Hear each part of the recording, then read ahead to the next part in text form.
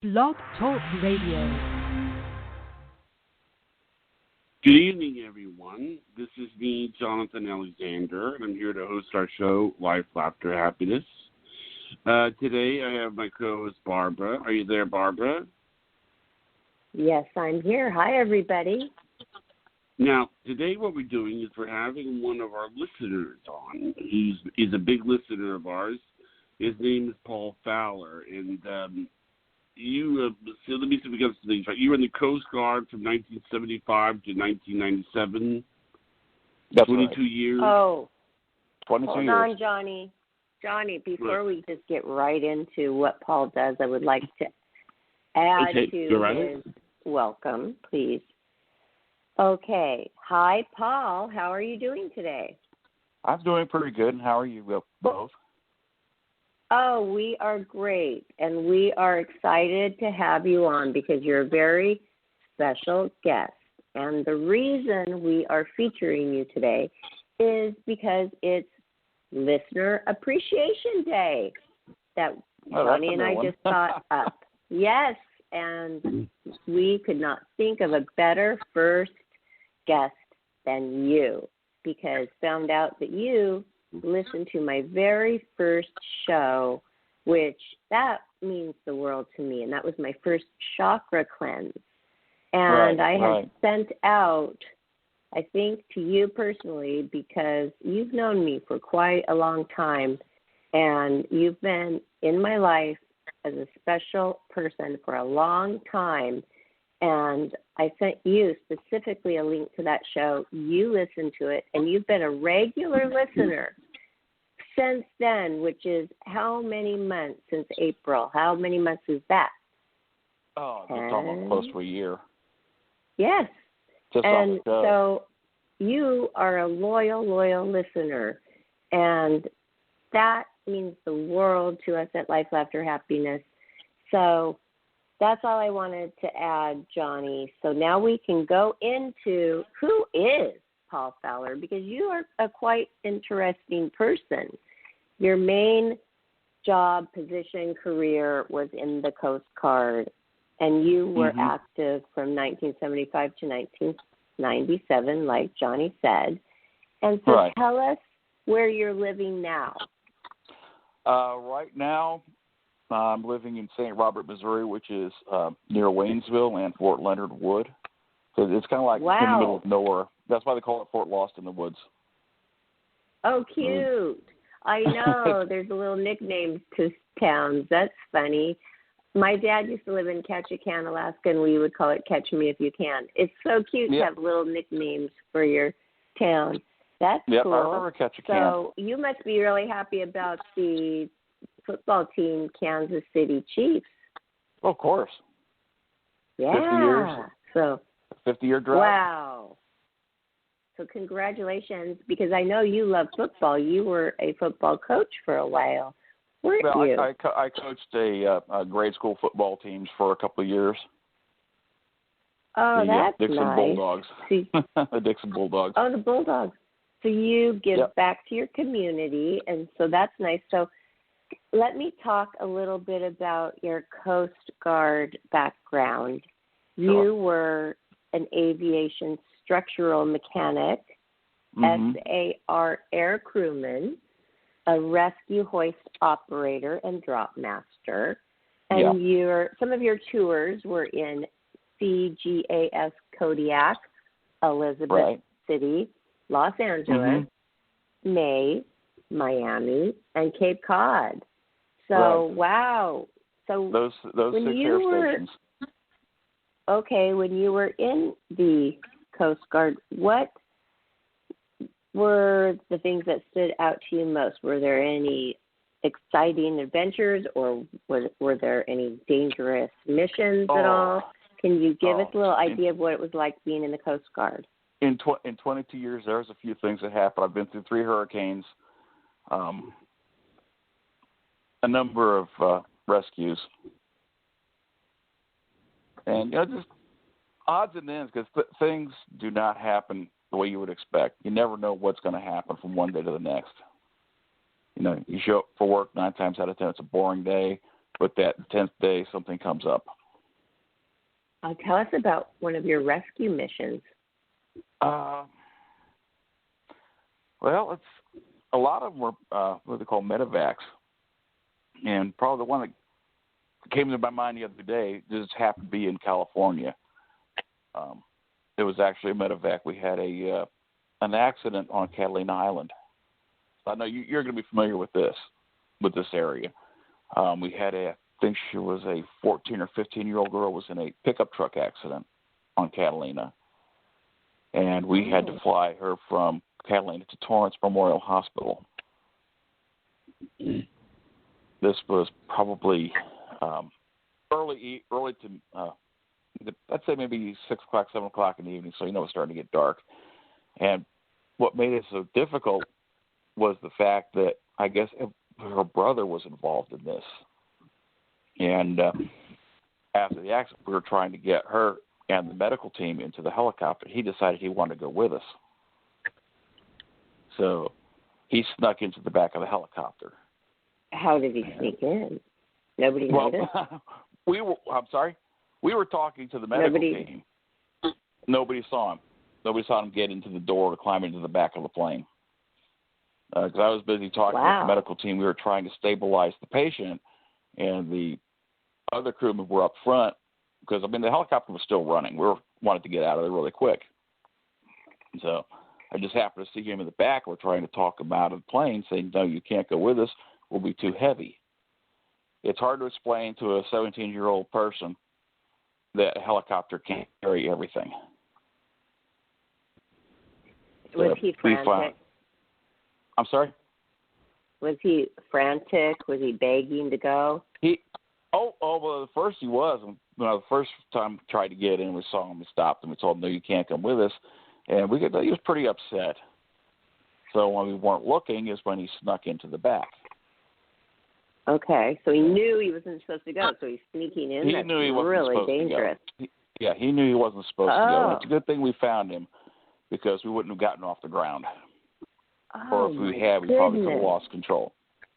Yep. Oh, that's so dangerous. Yeah, if he'd stayed back in the tail, we could have lost control and take off. So. Okay, so wow, so thank goodness. And then was that hindering her care? How badly was she injured? That's the only thing I don't like about that job is a lot of times when we do these medevacs, we take them to the hospital. A lot of times we don't know what the final outcome is going to be. So I don't know if she ever survived. I'd hope so. But was she pretty badly hurt? Was she really hurt? Yes. She was hurt very badly. Oh, no. Oh. Gosh, that is hard to not really know if the person ever was okay or not. Yeah, and things like that, you don't forget. I'm sorry? Johnny was asking something. How come they don't tell you? Well, because we don't have a need to know. We're not family. So Could you call the hospital and find out? Could you find out if you really felt close to that person? It would be very difficult because they don't want to release information to non-family. So Catalina is a pretty small island, very near to where I live down here in Orange County. So, did they not have the proper facilities to take care of her at the hospital there? Not on Catalina. You got to remember, this was 1983. Oh. So it's not the same. In fact, to me, nothing in South California is the same as it was when I was there. Well, that's something to really find out about before you move to these little places, is the care in case there's an emergency. But so that's exciting. So you did rescue missions, and what were some of the other things that you did besides rescuing people? Well, we actually have a lot of duties.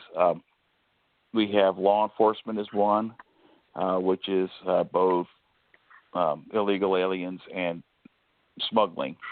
Probably the easiest way to put it. Okay. And I would say Miami is probably the biggest place for that. Yes. because you're so close to the islands. You're very close to Cuba, Jamaica, all the islands down there. I'm sorry? Would you be in a boat or back in the helicopter for that kind of thing, or would you find them on the boat? Well, we would deploy aboard cutters, but my particular field, we'd be in the helicopter, but we'd be deployed on the ships, so we'd be out for a few weeks at a time. That was my whole sea experience. How did you deal with being in small little towns sometimes where, like the one you live in now, where there's not a big city? Do you get lonely, or do you have a good group of friends around you that you hang with? Not really. Well, I'm not all that outgoing to begin with, but I mean, I get by, I have my hobbies, and St. Louis is 2 hours away, not going one way. Springfield is about an hour and a half going the other way. We have Jefferson City and Columbia. So it's not like we're out in the middle of nowhere.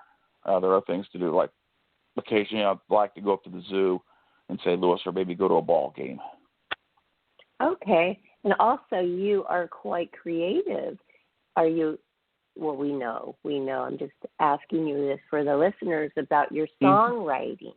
So you write your own songs, and you actually did write an entry song for our show, which we do play. Yes, we do play on occasion, depending on what show it is. So thank you. We thank you for that. Plus, we did give you a shout out. Go ahead, Johnny. Have you written? Well, the ones that I have actually registered is probably about 10 or 12. And, of course, this goes over the period of a lot of years because I have so many other things that I do. I don't get to sit down as often as I used to when I was younger. What do you do now? You're retired right now, so you still don't have a lot of time? Well, I have different hobbies. Okay, I don't do some of the things that I used to do when I was younger, which I think you mentioned, because when I was young, I used to do some stage plays. Oh, wow. I miss. They were fun. I miss those. Is there a small theater in your town that you can maybe get into a theater group? Well, there is here in Williamsville, but I just don't have the time to do it anymore. Because between when I get up from my job, I come home. Okay, sorry to interrupt. What is your job now that you're retired? Now you have another job? Yes, I work in food services for the U.S. Army. Okay, which you have to get up very early for at 3:30 every morning. Yeah. So we thank you so much for staying up to be on our show tonight. We know you're sacrificing your bedtime for us. No, so I don't mind. I don't mind. Okay, so tell us, Johnny and I want to know, since you're such a regular listener from, not before me, because you knew me, so that you started listening. April 3rd was my first chakra day with the show when Life, Laughter, Happiness contacted me and wanted to give me a chakra cleanse. You were there to listen to that. So, wow. So what do you think about our show? Describe what our show does for you. Well, it's. I mean, I just enjoyed listening to it. I mean, I have all the episodes. I even went back to before that and downloaded. I think I started Johnny's first show in 2007, was it, I believe? And I got them all through there. It's 340-something shows, I think. Probably more now. I put them all on a flash drive so I can listen to them whenever I want. Great. Also, you can listen to them whenever you want on YouTube. Yeah. Yeah, but if I don't have my computer with me, I can put the flash drive in the car. They're all MP3s, so they're MP3s, so I can do it that way. That's good. And you're very thoughtful, too, because you're a loyal person, not just with listening to our show, but you always remember Christmases, and you always send a little something for my daughter, too, which I so much appreciate. This year we got from you the special Barbie doll. And do you know that, I mean, you were thinking more of Priscilla, but really I was thinking, oh, I like this for myself because, do you know, I've been collecting special edition Barbie dolls for years, probably for 20 years now. Yeah, I know you collected them. That's why you got the Day of the Dead Barbie. Yeah, that one was really cool. That was for Halloween. But the Christmas Barbie, that was really pretty, too. That was the limited edition Barbie. Yeah, you say that it's actually kind of funny because I want to say something about Barbie. You know, I was thinking that Barbie, you know, Barbie would like Barbie because of this, because people oftentimes nicknamed her Barbie. But I told you, this is something I've associated with Barbara, is the movie Something About Mary. Huh. That she's Mary from Something About Mary, don't you think? Have you seen that? No. You haven't seen that movie, Paul? No, I haven't.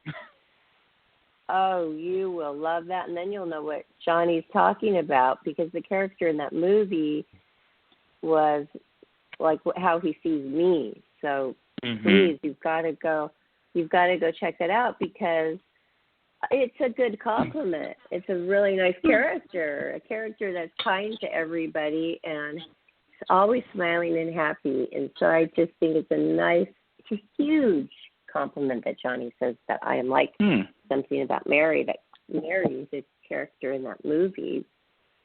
Right, usually Johnny? I'll usually see a movie that gets recommended. Okay, yes, you do. And thank you. And over the years, you've sent some really great movies for Priscilla, you know, really nice movies, Christmas movies, things like that. He's a very thoughtful person. No, I think the last one wasn't it Polar Express, because I thought you would like that. Oh, yeah. Yeah, we have that. We loved that. That was really good. So, wow, so good. Please do watch the Something About Mary so you know what Johnny's talking about. Okay. I will definitely check into that. Thank you. Okay, great. So what else do you do now for fun? What's there to do where you live? Do you go fishing?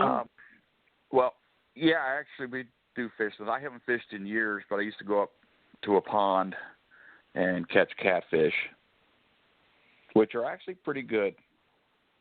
I think it seems like a lot of people don't want to eat catfish because they figure, well, they're bottom feeders. But the worst bottom feeders are some people. No, I like the catfish. That's good. I mean, I lived in Nashville, Tennessee, and they always had that on the menu. Yeah, oh, yeah. They do around here, too. Nothing weird about that. I think catfish are normal. You just have to know how to fix it. Do you know how to fix it?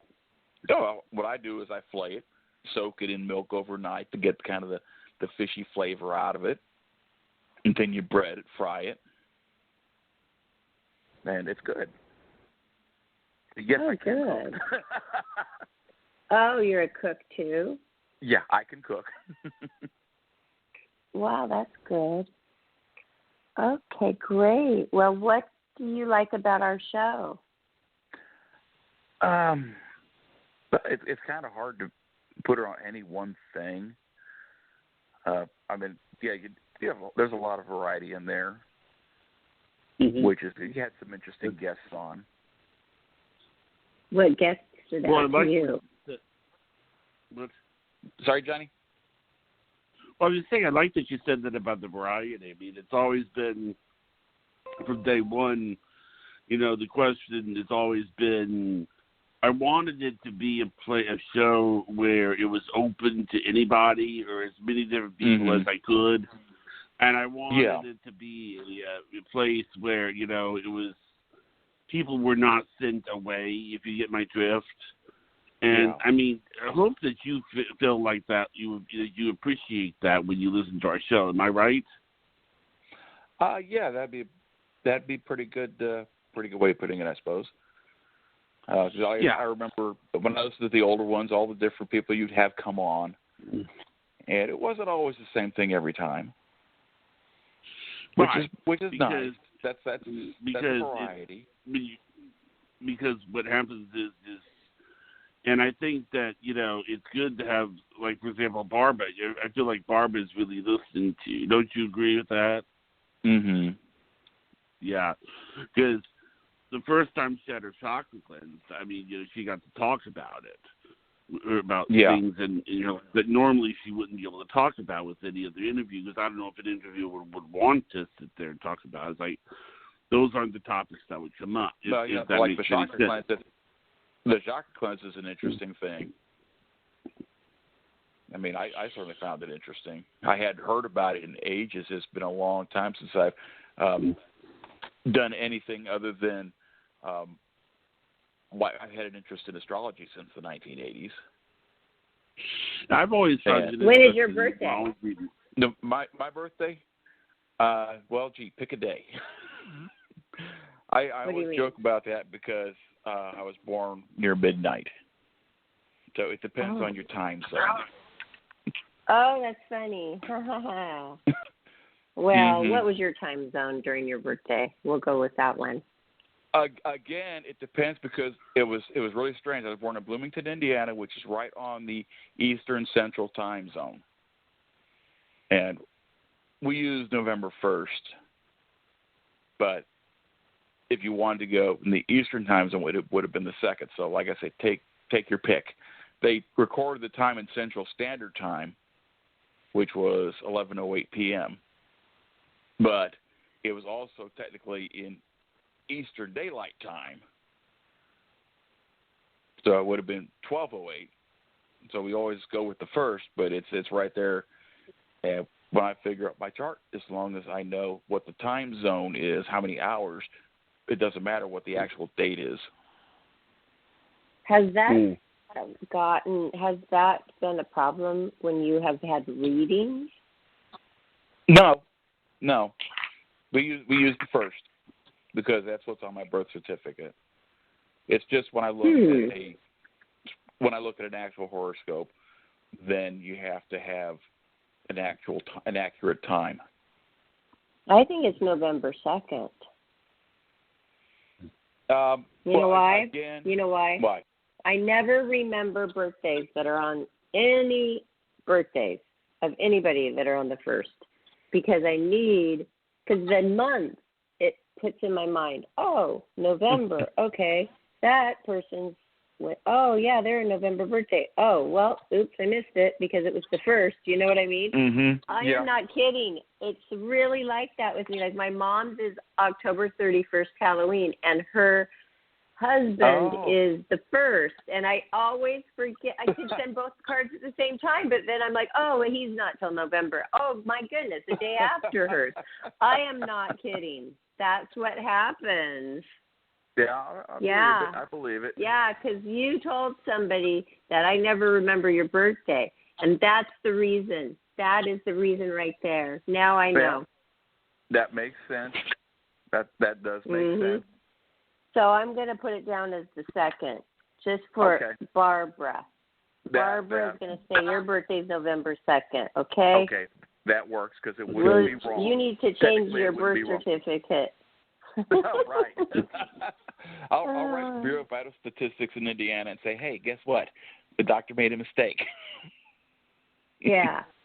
Okay, so that is interesting, though. But you really do I read your chart. You sent this to me in an email that somebody did years ago. And then recently have? Tell us you recently had your chart read again by one of our specialists, our psychic medium counselors. Can you tell us about that?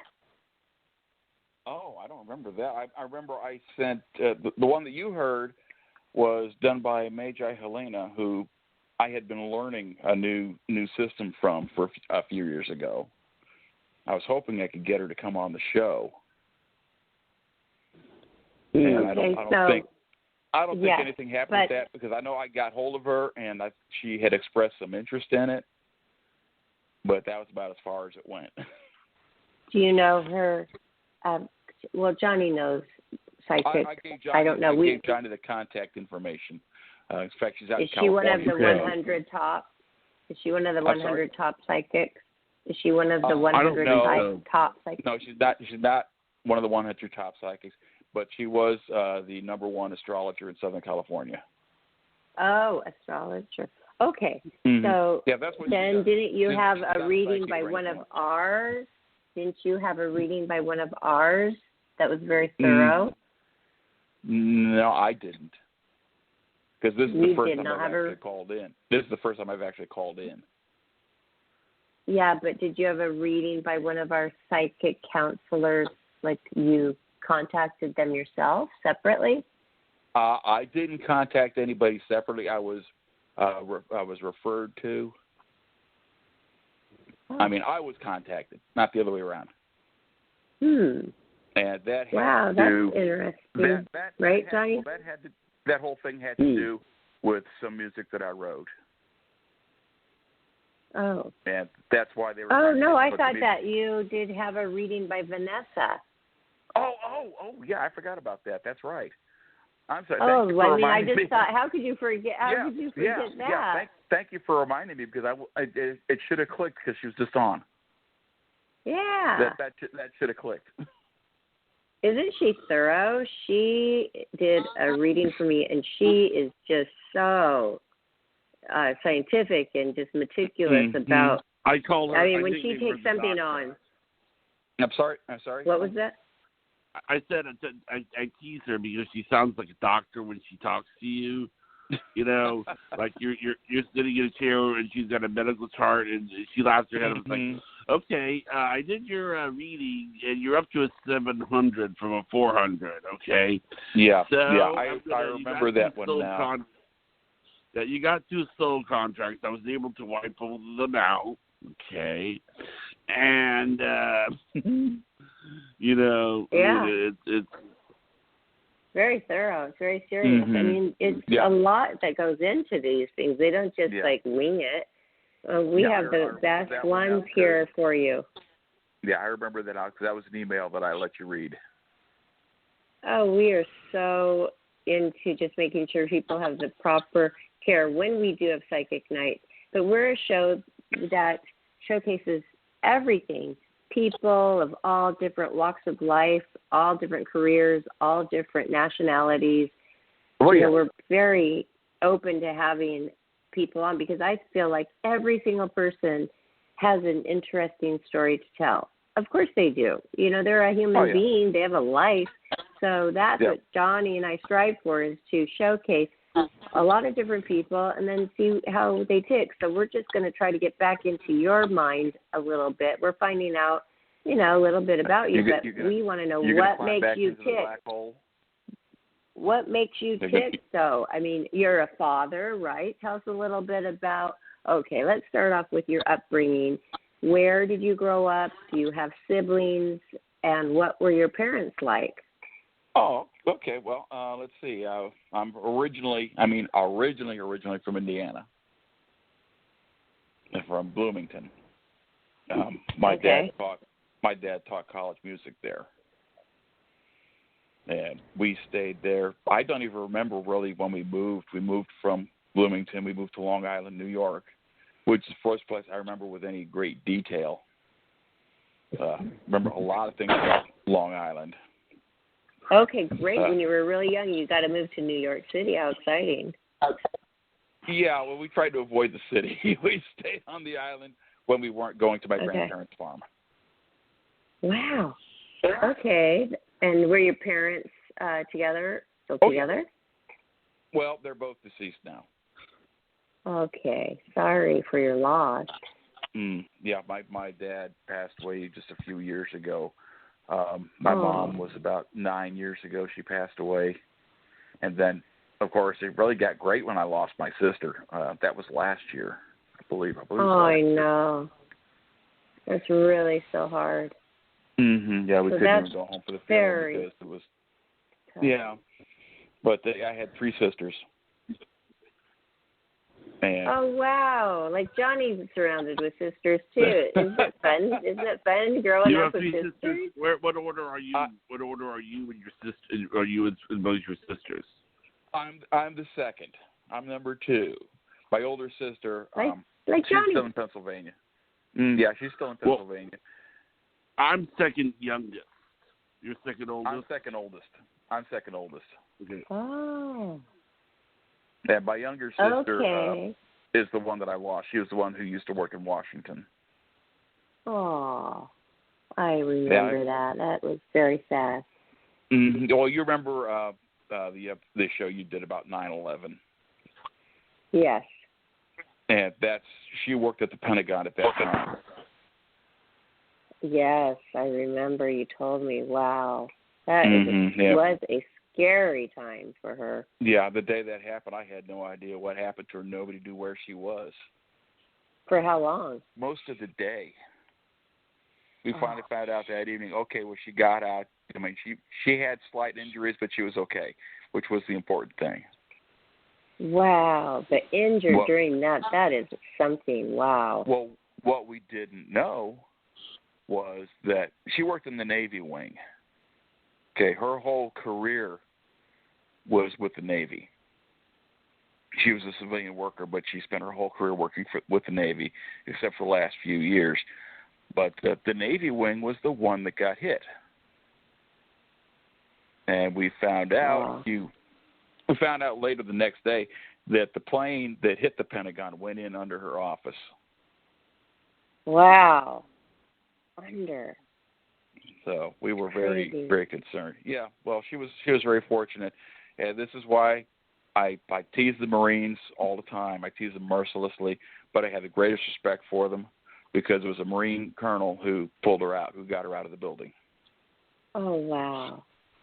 I want to say something because I have a question about this. Sure. I noticed that there is a branch of the military called the Air Force that is often the Zoomies? The airheads? ridiculed. That I've heard that people make fun of them, because, and I said, why? Oh, Mr. Marine one time, why do people make fun of the Air Force? And he goes, well, the Air Force don't see combat. But see, this is a thing that I think a lot of people forget, and I'm not okay. If we declare war in a foreign country, you want to decrease casualties. So it would make sense in certain circumstances to go with the airstrikes first. Bringing the airplanes. I think the thing is it's really misunderstood. The Air Force, yes, they see a lot of combat. It's also the youngest service. It's only been around since 1947. So okay. We tease all the services. I mean, every service teases the other ones. We used to call the Marine Corps Uncle Sam's Uncle Sam's misguided children. USMC. But the Coast Guard is Uncle Sam's confused group. Well, it's just that is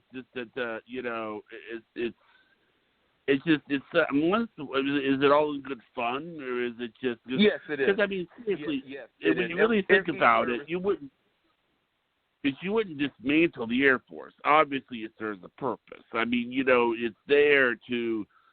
Honestly, if it weren't for the Air Force, a lot of you guys, a lot of other Marines, and all those people would probably be going home in coffins. Not for the Air Force, right? But this is also a very recent thing. If you stop and think about it. As I said, the Air Force is actually the newest of the armed forces, if you don't count the Space Corps, which I still laugh at. Oh no! But the Air Force has only been in existence since 1947. Before that, it was part of the Army. Okay. I can't wait till we have the Space Corps. I think that's a fabulous idea. Yeah, they're all going to be flying their TIE fighters and X-Wings, and we joke about stuff like that all the time. But yeah, okay, maybe Paul, there will be a USS Enterprise one day. I know that there's little funny sayings about the other, what do you call them? Like you have, the special forces, like the Green Beret and do you make fun of them too? You do. We don't really get to make fun of the Green Berets so much because now everybody has berets. Oh. And actually, another fashionable. thing that's another thing that, in my opinion, because I've often wondered. The reason I say this about the various armed forces, having this purpose is because it seems to me there's something called false valor, and it seems that a lot of people do is they pretend to be a SEAL. Now, in my opinion, I think being a Navy SEAL would not be that much fun. I mean, because for one thing, everything you do, you can't talk about. I mean, you come home and you say, well, what'd you do? Yeah. They were shooting at me. It's sad that people seem to think it's so great to pretend there's something they're not. SEALs as an example. What's wrong? I mean, like, that's one thing I can't figure out. I mean, what's wrong with saying you're in the Coast Guard or saying you're a SEAL? Saying you're in the Coast Guard or saying in the Air Force. If you really are, there's nothing wrong with it. It's the ones who have never done it but say they are. They're the ones that we have the problem with. If you've actually been in the Coast Guard, like I've been in for 22 years, my dad was in the Army, my father-in-law was a command sergeant major in the Army, there's nothing wrong with saying you did that. I mean, I'm proud of the 22 years I spent. Well, of course. If I had my way, I would have stayed longer, but Washington had other ideas at the time. Actually, it was the reason I retired was the Coast Guard changed its policy after Congress started instituting these money-saving measures by saying, well, you have to be able to advance a specific pay grade in a certain amount of time in order to stay in. Now, I'm curious. That's not something. I'm curious about something. Would you be able to tell, like, someone was committing false valor or not? Like, if you saw them wearing a uniform, what would not look right on a uniform? Like, what would you do? Just curious. Would you be able to tell? Say you're in a restaurant and say you saw someone wearing a uniform that didn't look right. I mean, what would you look for? I wouldn't say anything, but I could. It depends on the uniform because each one is different. But there are probably telltale signs if somebody doesn't know how to wear the uniform properly. I mean, if you're familiar with them, you can see it. If you're not familiar with it, it's the awe of seeing it. A lot of times could probably fool people who are not familiar with it. In other words, the uniform is going to look a certain way. It seems kind of odd that a person in the Coast Guard would not wear the uniform a certain way, that it would look kind of strange.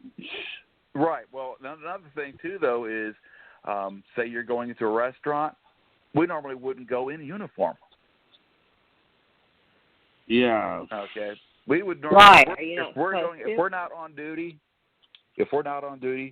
chances are we wouldn't be in uniform. There are very few exceptions to that I can remember. Are you not supposed to wear it when you go to dinner? I'm sorry? Only if it's like formal. Are you not supposed to? Well, it's not that you're not supposed to. It's you don't have to, and most people aren't going to bother with it. They'll go out in civilian clothes. I guess in a way it's kind of like saying somebody being a brain surgeon going to McDonald's wearing medical garb. That's just not, you wouldn't see that, you know. Yeah, you don't see them wearing scrubs into a fast food joint. Oh, but they will if they want you to think that they're a doctor. They'll wear their scrubs everywhere. Yeah. I knew somebody like that. Oh, they had to wear those scrubs, making sure everybody knew they were a doctor. Yeah, they look good in white. But that's green that's scrubs, green. Well, yeah, green. I'm just saying green a lot of scrubs doctors, with their clogs. Or they're wearing scrubs outside. There's something seriously wrong. Also, another good example, Barbara, would be a woman claiming to be a Playboy Playmate, but you can't get in the pin on the month of the year. That would be, that would be a very telltale sign. I think Barbara could probably see through a woman like that 20 miles away. Month and year. The Playboy Playmate, month and year. No, somebody did that on our show, Johnny. I put out the mailing for our show about Alexis Vogel, who passed away, the makeup artist, and I had 8 playmates on there, and one of them, I know Sandra Taylor wasn't, but I already knew that, and so that's why I also introduced them as Playboy models. But there was another one that never corrected me. I won't say her name, but she never corrected me about being a Playboy playmate, and I thought she was one like way before me that I just didn't know, very well. And then I had looked afterwards. She was not a Playboy playmate, but she did not ever correct me. Okay, telltale. She got by. She got through. Can you believe that? But actually, I did some research on this. This is what's funny. Okay, Paul, which do you think is rarer, to be a Navy SEAL or a Playboy playmate? Oh goodness, that's kind of harder because the SEALs cover a much broader area. They don't have one per month. But there would be more SEALs. Right. So in other words, Barbara's actually you're more likely to run. You're more likely to run to a SEAL than you are into a Barbara. I mean, that's the main thing. What do you think of that? Yeah. And SEALs are looked at as elite. SEALs are looked at as very, very rare. It's like if you were to meet someone who's like, I've heard some people say that Jesse Ventura was not a SEAL. That's what I've heard. I don't know about that, but it's quite possible he was. I can tell. I think he was, and the only reason I say that is there's a guy I wouldn't be surprised. Well, the reason. See, this is actually what they say. Okay, they say that he was, but when he was a SEAL, it didn't mean it's not as big a deal as it was when he was a SEAL as it is now. See, there's a lot of because this is what they say. The reason I say that is there's a guy who what he does is there's a video, he goes across country to country, and he literally approaches people who have false valor, who committed false valor, especially people who claim to be SEALs. And he says, well, as far as Jesse Ventura being a SEAL, yeah, I mean, I think he is. It's just that it doesn't mean the same thing now. The training that he went through is not to the level of what a SEAL would have to do now, but it's pretty intense. That's what I've heard. That's another thing that I've noticed over the years. Well, of course, way back when the SEALs, they didn't talk about it. They didn't get all the publicity that the media has to get into everything now. The media just has to bring everything out. They didn't do a lot of that back then. That's why a lot of people didn't know about the Coast Guard back in the 60s. I mean, I wrote a paper. This is not a tangent, but this is something that being in the military, you understand. I wrote a paper in college where we had to create a moral dilemma. And what happened was that the dilemma that I wanted to create had something to do with I wanted to create a moral dilemma that would give a pro-choicer a nightmare. I mean, a pro-lifer a nightmare. And the situation that I created is I had a senator who was pro-life and against negotiating with terrorists to be kidnapped by a bunch of pregnant terrorists. Okay? Now, you're laughing, and whenever I post that... Now, yes, it would make a great movie, but whenever I pose that scenario to a pro-lifer, they say, well, that's ridiculous. However, maybe it might be satirical, but let me say something, okay? And this is funny. Unfortunately, I wrote this. Seems like I wrote this paper before this happened, but okay. Here's what we know. Where did we find Bin Laden? We found him in his compound, right? Now, here's what we know about Bin Laden. Bin Laden had a lot of wives, right? Yeah. Why do some people just have tons and tons of wives? Well, they do it because they want to make sure they have lots of children, right? Which means that probably one of his wives was pregnant. Now, if memory serves me right, right. So my guess is when we went into that compound with SEALs, okay? Mm-hmm. And I will bet you that in that compound, if memory serves me right, there was a pregnant woman in there. Now, you cannot... I believe you're right. Right, which means... Now, here's what Obama could not... If Obama had did this, it would have been a disaster. If Obama had said, okay, well, gee, if we go in there and there's a pregnant woman, which means there should be a line of gunfire, which means that if we shoot her, we'll be committing abortion, that's not going to go over real well with pro-life. I tell you what, let me pull the press conference and we'll just tell everybody where we found Bin Laden. That would never work because by the time we moved in, Bin Laden would move.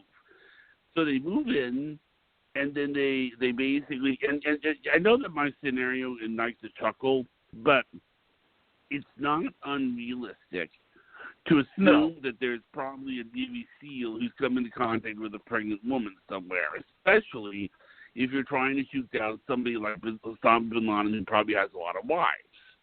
Mm-hmm. And so the fact that when you go in, you have no idea. As I said, when you go in, you have no idea what's there. So I know it ignites laughter, but it's not, the concept is not so far-fetched. It's really not, it's not so far, it makes you wonder, like, what would you do? I mean, you know, you're in this room, you have this pregnant woman who basically is about ready to, you know, attack you, and the president cannot just back down every time there's a pregnant woman holding a gun. Otherwise, Saddam Hussein would just round up all the pregnant Iraqi women, and then they would stop us from bombing them. So, yeah. You can't. Yeah, that's not a scenario that a lot of people would think of. It's interesting though, and you don't really know until you're faced with that particular dilemma exactly what would be what you would do. Yeah, so it's interesting. It's far-fetched. There's no pregnant terrorists, but there were definitely some pregnant human guards and human shields, and that's the thing that gets me is that, you know, the scenario is not that far out. I mean, the scenario with the pregnant woman and Uzi is not far out. In fact, it's in the Middle East, no, it's not. Yeah, in the Middle East, no, it's not. I even named them in the paper. I called them Kamikaze Women with Child.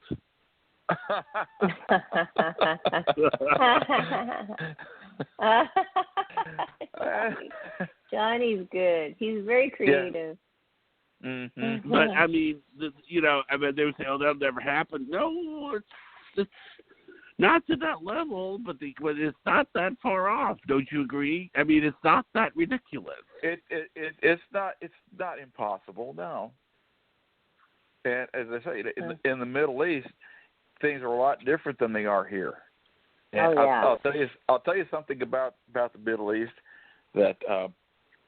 Looking back on 9/11 and how that all went down and who was responsible, okay, everybody has this thing about Middle Eastern people now, or at least that's how it seems. But when I was going through my initial class in 1975, 1976 for the Coast Guard, I was learning my job. We had 14 Iranians in our class, because at that time we were still friends with Iran. We had the Shah was still in power. This is before the Ayatollahs came about, and I knew these 14 Iranian soldiers. And I'll tell you what, sometimes they seem like they're dumb as a box of rocks, but they're the nicest people. I have never had anything against the people, and I still don't, even after 9/11. But higher up, if you know what I mean. Yeah. So I try to be tolerant of everybody. I have friends who, believe it or not, are Russian. The people are great. It's the ideologies that cause problems, and it's not just there; it's everywhere. It's everywhere. I agree. I have a lot of Russian friends. I mean, it's not that one person that we should be against. Right. It's like the higher up ones that you're talking about. They're individuals that have this large group following them. Doesn't mean the ones that are around us here in the United States are bad. Yes, that's a very good thing to point out. It's kind of like the same in any country, really, though. The people are really what it's all about. That's right. In the world we live in today, it's really tough. Okay, I know. But during the whole time you were working, you managed to find time to start a family. And I know you have a daughter. Tell us a little bit about when you started your family and how that was for you. I mean, I know you're a very proud father. Actually, I have 2 and 2. Oh, you do? Tell us about your children. Well, let's see. My oldest, she's a Florida baby. We tease her about that because she spent most of her time. She's a Florida baby. Florida baby. That's what we call her. Yeah. Yeah, and she is the only one of the 4 who actually had to endure a hurricane. We were down in Florida for Hurricane Andrew. So I remember that quite vividly. I remember that. I was always just getting out of Florida right before the hurricane started because that's where I would compete for the U.S. title in ballroom dancing. And I remember it was hurricane season. We would just always get out at the nick of time. So I do remember that. Wow. So that was, how old was she during that time? Oh, she was, 18 months, not quite 2 years. Hurricane Andrew came through in August, as I recall, and she was born in January the year before. So she spent the whole storm in bed with us. So she doesn't remember. She's not going to remember. She doesn't remember very much of anything about Florida. She doesn't remember very much of Massachusetts, for that matter. When we were up in Cape Cod, which is where the 2 middle ones decided to make their appearance. Okay. And they're only like about 13 months apart, I'd say. One's October, one's November. How old are they now? Well, let's see. My oldest was 1991. In fact, she just had a birthday not too long ago, January. And then the baby, he'll be turning 20. 20 or 21. I think 21 in May. And he just got back from overseas. Oh, that's nice. He of the 4. Okay, so a military family. It's just kind of your dad was military, you were, your sister, now your son is going to the military. I'm the only one of our kids.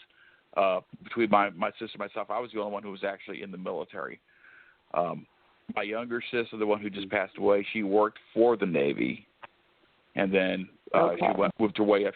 She moved her way up. She started out in Philadelphia, working in naval aviation. She was a part specialist for A6 intruders, and then she started working in the Pentagon. She was down there up until shortly after 9/11, and for quite a while she couldn't even go back to work.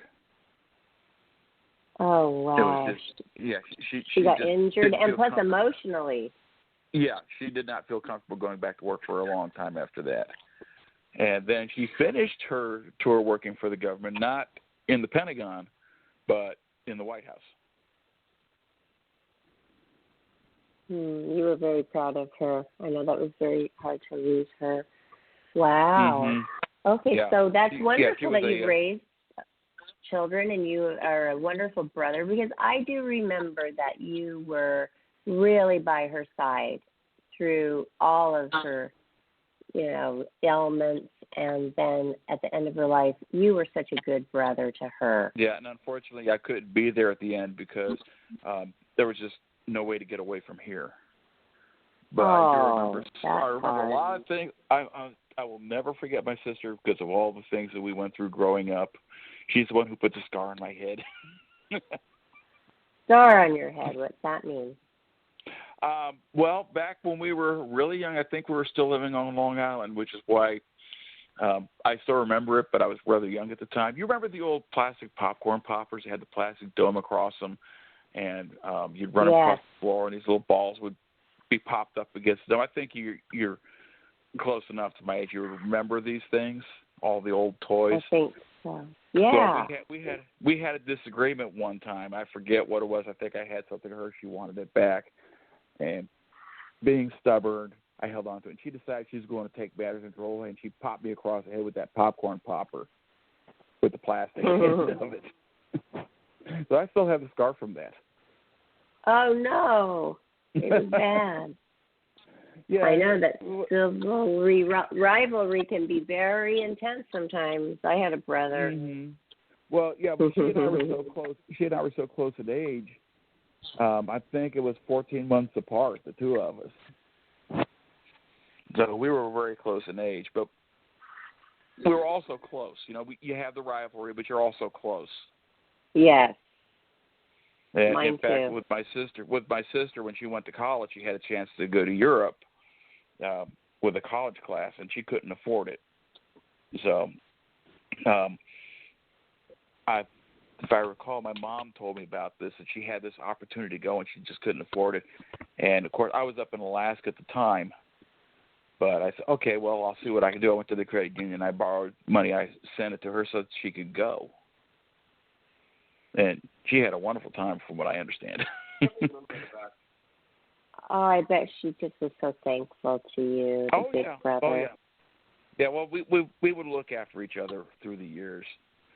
Well, how do you stay really spiritually balanced? That is a question that I always ask our guests at the end to tell us, like, what you do, because you work a lot of hours, you have seen a lot of things, and tough things that could maybe stay in your mind and haunt you.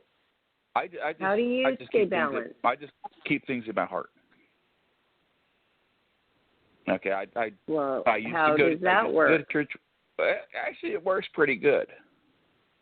I try to keep an open mind on a lot of things. Of course, you know, people being people, they're always going to fall from grace, as it were. Nobody's perfect. Right. And I'm certainly no exception to that. But I think in the years since I retired and started looking into the astrology thing again, because like I said, I started this in the 80s, and it was actually somebody who I was working with in New Jersey who got me back into it. Because my sister dabbled with it a little bit when we were growing up. But this person that I'm talking about was a pilot, and he was close to my age, too. So we got to be friends. But she was curious about it, so I thought, well, my sister used to be into it. Let me take a look and see how this works. And so over the years, I've been gradually learning things. And there's a lot to it, I found out. And there's a lot of different ways of doing things. And the last one I've been studying is the Magi astrology, which is rather in-depth, but it's different from what most people think of. Okay, it doesn't deal so much with the signs as it does with the geometry. Let me see if I can explain it. They do have a chart. It has 12 houses, but the houses do not have cusps. They don't use an ascendant per se as a cusp. They just have 12 equal spaces, and where they fall, they make geometric patterns, and that's what they look at.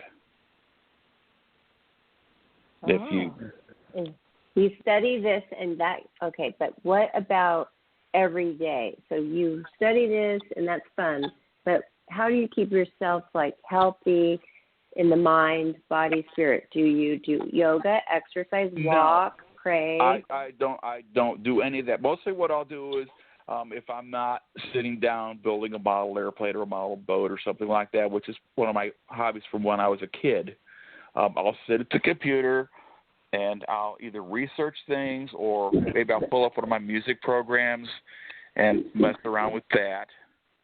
Did you get your love from your music? Because I listened to your earlier comment about your dad being in music? Was he a music teacher? Actually, he was. He was one of the individuals who was. He had 2 degrees that he got, and they were so different from each other. He had a degree of music. Okay, and he did teach college music at the University of Indiana, and he taught high school music in Rochester, New York, after he got laid off from another job. But he also had a degree in aeronautical engineering. So he, when we lived in St. Louis, he worked for McDonnell on Skylab as a quality assurance engineer. So he was in the aerospace bit. And I think that's where I got a lot of my interests from. Did you ever play an instrument? Yes, I don't anymore because my hands are old now and I can't play as well as I used to. But I played guitar, bass, guitar, piano. Guitar. Oh, piano I played the guitar, played the bass guitar, piano. Mostly self-taught, but I just enjoyed it. Oh, good. Well, that is great that you love music. It is a wonderful outlet. That does help you spiritually just to listen to music and wind you down from your day. And that is wonderful. And so, and also our show keeps you balanced. Have you been learning a lot? Yeah. Did you learn anything from our dating and our Valentine's Day tips show? That one I haven't even listened to yet. And I keep meaning to, and it never get a chance. I haven't listened to that one yet. There's a lot of that I still need to listen to. As I said, I have collected all of these, but you only listen to so much in a day. That was one of our most popular ones. Yeah, I suggest that one. And we've done 2 so far. I'll have to dig that one up. But since it's recent enough, it won't be too hard to find. And the way I have them listed on my flash drive and on my laptop is they all go by dates. Okay. You seem like a numbers person. Yeah. Well, that way I keep them in order. I use a system we've learned. A lot of people use what they call Julian calendars, Julian dates, and it's basically it has the years first and then the day of the year. 1 through 365. So no matter where you record, when you put it in the computer program, it's going to go where it's supposed to be. It will always be in order of when it was done. Yeah, I like that. Okay. Yes, we like that. That's why we put our date on all of them. Our date of air date is on all of the shows to make it easy for people. Right, but I use it as I just use that though when I put it in as a Julian date because that way you know right off the bat you know what year it is. Like okay, great. Well, this would be tonight would be 20054 because it's the 54th day of the year, and it's the year 2020. Oh, and that's funny. Okay. Wow, that's interesting, right, Johnny? I've never heard anybody put it in that order like that way.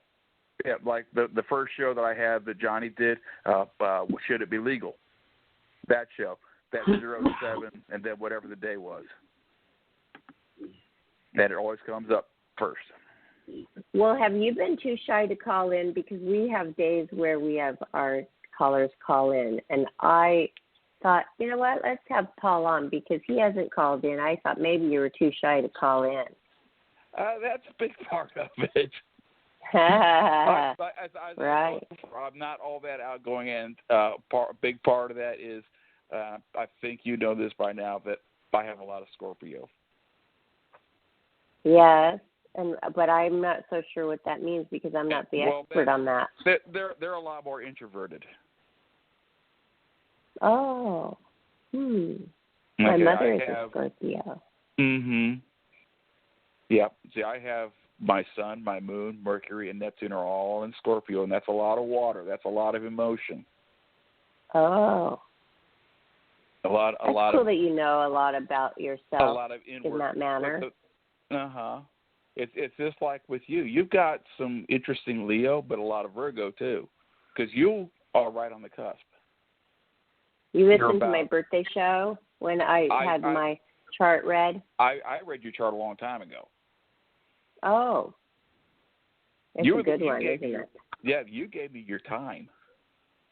Time of birth. A long time ago. You gave me your birth time a long time ago. Yeah, yes. 3:52 in the afternoon. 3:52 p.m. Yeah. Yeah. Yeah, you have a good memory. A long time ago. And it's like you have a Leo rising. Or no, I'm sorry, you have Sagittarius rising. I've got Leo rising. It's also very interesting. Well, I want you to feel free to, when we have our psychic counselors on, to be a caller, right, Johnny? Right. Well, if you have a question, call in. Yeah, maybe I'll be a little less self-conscious. And it's funny because this is the first time I've actually gotten to talk to you in ever. And it's nice. What is this, 27, 28 years of you knowing me? Well, the first time I even heard of you was in 1994. Oh, I what was that from? About that. What, 1994? How did you come across me in 1994? Because that's when they had the review from 93. Oh, okay. And that year, I don't know if they had done it since then, but they were trying an experiment in 1994 where you could actually call in and vote for whoever you wanted in 1993 as Playmate of the Year. So you voted each time. I'm sorry? You voted 12 each. I only voted 12. But what they did was they assigned a phone number to each. They had assigned a phone number to each person. Okay, and you call that number. That's who got the vote. And I could only call yours 12 times because you couldn't go past 12. You could only vote once for each person. Now, if you vote for the same person 12 times, that still counts as your 12, which is what happened. Mm-hmm. And I still remember the recording too. Really? You call in. They had a pre-recorded message. As I recall, you had the chance, very astronomical chance, but there was always the possibility that someone would actually be live on the phone when you called. Yes, and President Donald Trump knew that I really won with the phone-in votes, and it was in the newspaper, and he sent the article to me that I really won in the phone-in votes by the fans, but it's always up to him who decides, and so he went with Anna Nicole Smith, which I understand. They have to sell magazines, and by the time, because she was Miss May 92, Donald and I was Trump, Miss December, by the time, wait, no, Donald Trump told me, but Hess did not say, Barbara, you really won in the phone-in votes, but I'm going to go with somebody else. No, he did not tell me that, but Donald Trump did, and he sent me the article of the insider from a Playboy exec that I really did win in the phone-in votes, but she was chosen because she was already on the billboards all over, very famous by December when I came out. She was already the Guess Jeans girl.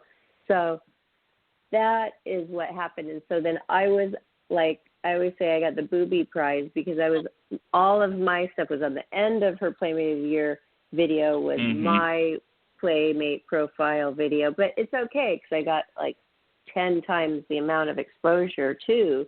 So I was fine with it because when I became a Playboy Playmate, I didn't even know their Playmate of the Year thing existed. So I was very happy with Playmate of the Month. Extremely happy with it. But I'm just saying that's a little bit of trivia there for you guys. So it would have been really cool to have done that Playmate of the Year tour, and I would have done a great job. But I did have a wonderful time being a foreign spokesmodel for the company for 7 full years, traveling the world, and that was amazing. So we all have our stories, and that's why I love to have the Playmates on to tell their story, because each one is so completely different and interesting. And somebody who's listening to your story right now can say, hey, I can relate to that guy. Oh, his story is similar to mine. Wow. So maybe they can connect with you. So where would you say that you would send somebody if they want to become your new friend? To Facebook?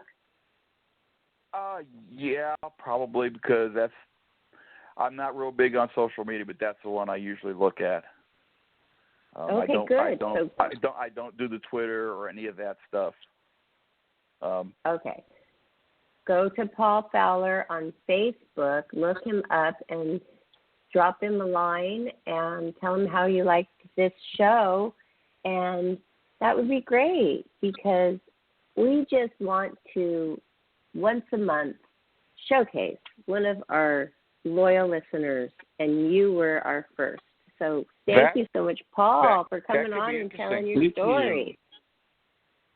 Yeah, okay. We didn't get all the juicy stuff. Yeah. Oh, Paul, we're coming to a close. It was so interesting. We went over 11 minutes, but tell us, what was the last little thing you were going to tell us?